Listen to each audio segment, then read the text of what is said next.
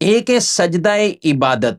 اور ایک ہے سجدہ تحیت۔ سجدہ عبادت تو کسی شریعت میں مشروع نہیں رہا، یعنی کوئی بھی اللہ کے سوا کسی اور کو سجدہ کرے تو یہ کبھی بھی مشروع نہیں رہا، کیونکہ یہ تو شرک ہے سیدھا سیدھا، اور شرک کبھی بھی اس کی اجازت نہیں کہ اب کر لو، تھوڑی دیر کر لو یا ایک دفعہ کر لو، اجازت ہی نہیں۔ رب تبارک و تعالی کے علاوہ کسی اور کو عبادت کے لائق سمجھنا، عبادت کے لائق جاننا، عبادت اس کی کرنا، اللہ کی ذات اور صفات میں اللہ جیسا کسی اور کو بنا لینا، تو یہ شرک ہے، اس کی کبھی بھی اجازت نہیں۔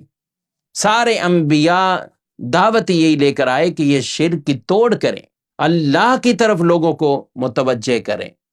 اور اللہ کے سوا اگر کسی کی معاذ اللہ کوئی عبادت کرتا ہے، پوجتا ہے یا سجدہ عبادت کرتا ہے تو یہ بالکل شرک ہے، اور اس کی ہرگز ہرگز اجازت نہیں۔ اگر کوئی عبادت کے لیے اللہ کے سوا کسی کو سجدہ کرے گا تو وہ دائرہ اسلام سے خارج ہو جائے گا۔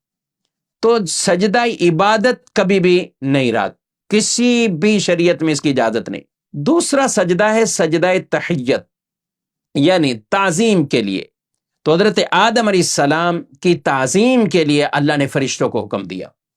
اللہ نے فرشتوں کو حکم دیا، اور ابھی آدم علیہ السلام دنیا میں تشریف لائے ہیں، آپ کی شریعت کے کوئی شرعی احکام اس وقت کسی کو معلوم ہی نہیں، نہ کوئی نبی دنیا میں آئے، نہ کچھ اور، نہ کوئی اس طرح کی شریعت کے معاملات، یہ تو ابھی ان کی تخلیق ہو رہی ہے، اس میں روح ڈالی جا رہی ہے، تو رب نے فرشتوں کو پہلے ہی فرما دیا کہ جب روح ڈل جائے تم سجدے میں چلے جانا۔ تو یہ سجدہ ان کی تعظیم کے لیے، اور یہ بھی فرمایا گیا کہ سجدہ در حقیقت یہ بھی اللہ رب العالمین کے لیے تھا، لیکن اس کی سمت وہ آدم علیہ السلام کی طرف کہہ دیا گیا۔ جیسے ہم عبادت اللہ کی کرتے ہیں لیکن رخ ہم خانہ کعبہ کی طرف کرتے ہیں، ہمارا چہرہ خانہ کعبہ کی طرف ہے، تو ایک توجیہ یہ بھی بیان کی گئی کہ وہ سجدہ اللہ کے لیے سجدہ تھا، لیکن اس کا جو قبلہ بنا دیا گیا وہ آدم علیہ السلام کو بنا دیا گیا کہ ان کی طرف رخ کر کے وہ سجدہ کریں۔ اسماعیل حقی رحمۃ اللہ کی تعالی علیہ تفسیر روح البیان میں بیان کرتے ہیں کہ وہ سجدہ اور وہ جو تعظیم تھی وہ کس کے لیے تھی؟ سبحان اللہ،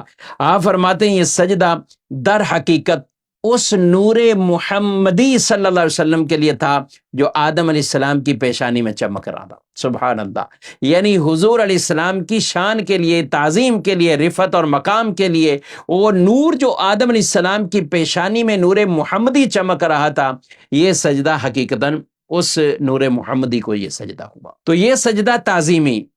یہ تحیت کے لیے یہ سجدہ تھا۔ ہماری شریعت میں یہ بھی جائز نہیں۔ جی ہاں، نبی پاک صلی اللہ علیہ وسلم سے جب صحابہ نے کہا کہ حضور ہمیں بھی اجازت دیں تو فرمایا نہیں، کوئی اللہ کے سوا کسی اور کو سجدہ کرے تو پھر میں بیوی کو کہتا اپنے شوہر کو سجدہ کیا کرے، لیکن یہ اجازت نہیں دی آپ صلی اللہ علیہ وسلم نے، اس کی پرمیشن بھی نہیں دی۔ تو نبی پاک صلی اللہ علیہ وسلم کی ذات اقدس، اسی طرح صحابہ، اسی طرح اولیاء، کسی کے لیے بھی سجدہ تعظیمی اس امت محمدی صلی اللہ علیہ وسلم اس کی اجازت نہیں ہے۔ اسی طرح کسی مزار کے سامنے سجدہ کرنا، مزار پر جا کر سجدہ کرنا، یا کوئی کسی معاذ اللہ کوئی جاہل پیر کے سامنے اگر اس طرح سجدہ کرتا ہے تو اس کی اجازت نہیں ہے، اس کی قطعاً اجازت نہیں۔ ہم دین اسلام کی بالکل واضح تعلیم جو ہم آپ تک پہنچا رہے ہیں، اور ہمارے اسلاف نے یہی کتابوں میں درج کیا ہے اور یہی کتابوں میں لکھا ہے۔ اگر کوئی اپنی کم علمی کی وجہ سے، اپنی جہالت کی وجہ سے کوئی کسی جگہ سجدہ کرتا ہے، معاذ اللہ اگر کوئی مزار کو سجدہ کر رہا ہے یا کوئی کسی پیر کو سجدہ کر رہا ہے، بالفرض ہو سجدہ، تو وہ اگر سجدہ کر رہا ہے تو وہ اس کی کم علمی ہے، اس کی جہالت ہے، لیکن اس کی وجہ سے مسلک مہذب اہل سنت و جماعت کو ہرگز وہ تان اور تشنیع نہیں کی جا سکتی، کیونکہ ہمارے علماء نے، ہمارے اسلاف نے یہ تعلیم بیان کی ہے جو ہم آپ تک بھی پہنچا رہے ہیں۔ تو اس امت کو سجدہ تعظیمی کی بھی اجازت نہیں کہ کسی کو بھی یہ سجدہ تعظیمی بھی نہیں کریں گے۔